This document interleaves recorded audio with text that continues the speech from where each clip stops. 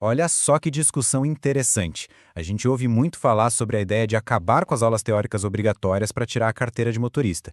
Parece uma mudança simples, né? Para facilitar a vida. Mas e se por trás dessa ideia tiver um monte de consequências que a gente não está vendo? Bom, hoje a gente vai mergulhar num estudo que foi investigar exatamente isso, olhando para os dados para entender o que poderia acontecer.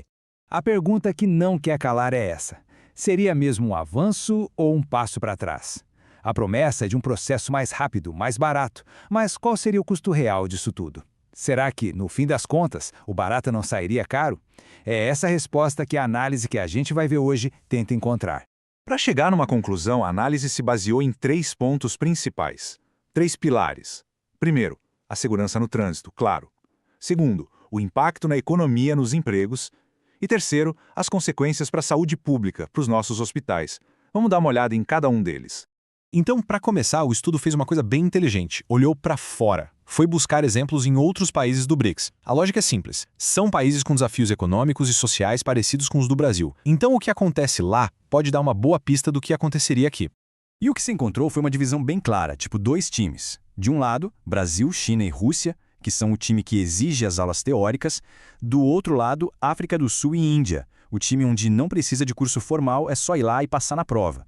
E é aqui que os números começam a contar uma história bem séria. De acordo com dados da Organização Mundial da Saúde que estão no documento, a África do Sul, que é do time sem aula obrigatória, lidera disparado em mortes no trânsito. São quase 22 mortes para cada 100 mil pessoas. É muita coisa.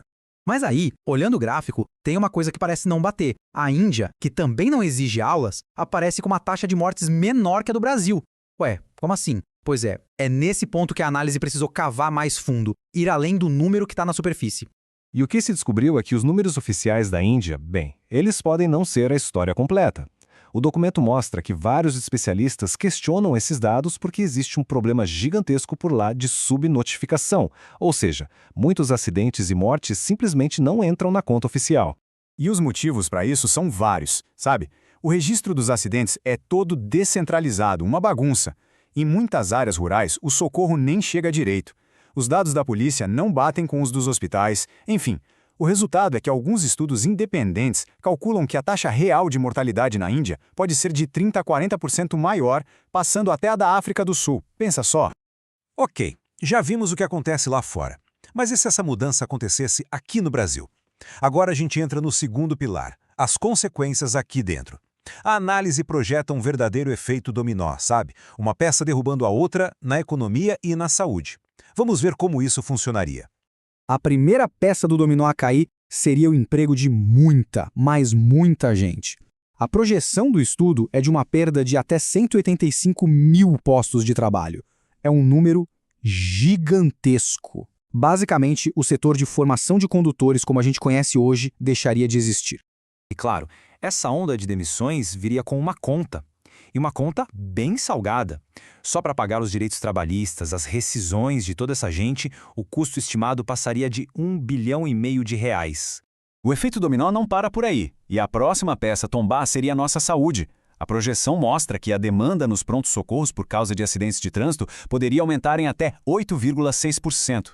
Imagina só os hospitais, que muitas vezes já estão no limite, recebendo ainda mais gente. E quando a gente soma tudo, o custo com médicos, com gente que deixa de trabalhar, os danos materiais, todo esse custo social, como o estudo chama, poderia chegar a impressionantes 3,4 bilhões de reais a mais por ano. É um dinheiro que sairia do bolso de toda a sociedade.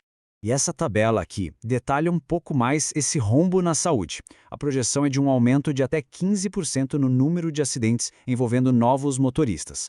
Isso viraria quase 20 mil novas internações por ano no SUS. Só isso já custaria diretamente até 38 milhões e meio de reais, sem me contar tudo aquele outro custo social que a gente acabou de ver. Tá bom. Então, depois de analisar a segurança, economia e saúde, qual é o veredito final do estudo? A que conclusão se chega? A resposta, na verdade, se resume a 2 palavras: manter e modernizar. Em resumo, o ponto central da análise é que a educação obrigatória funciona como um fator de proteção, quase um escudo que ajuda a diminuir as mortes no trânsito. Retirar essa proteção não só geraria uma crise econômica enorme no setor, mas também sobrecarregaria o sistema de saúde com mais acidentes, mais custos e mais sofrimento. E tem uma frase no documento que, olha, resume tudo perfeitamente.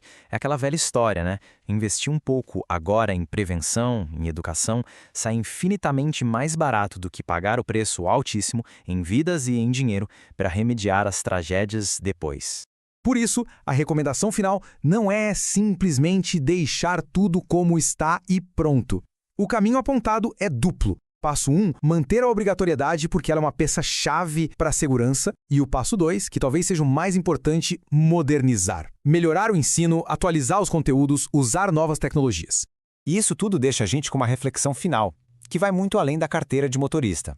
Na busca por simplificar as coisas, por tornar tudo mais fácil e rápido, onde é que a gente traça a linha?